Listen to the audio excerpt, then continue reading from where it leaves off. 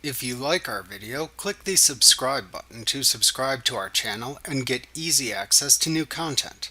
To see our full suite of ad-free video courses and training materials, visit us at teachucomp.com.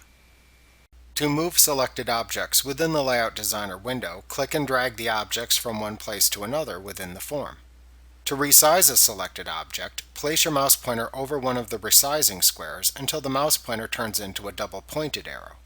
At that point, click and drag with your mouse to resize the selected object in either direction shown by the arrows. Note that you cannot resize multiple selected objects using this method. However, you can make multiple selected objects the same height, the same width, or the exact same size. To do this, first simultaneously select the objects that you want to make the same height, width, or size.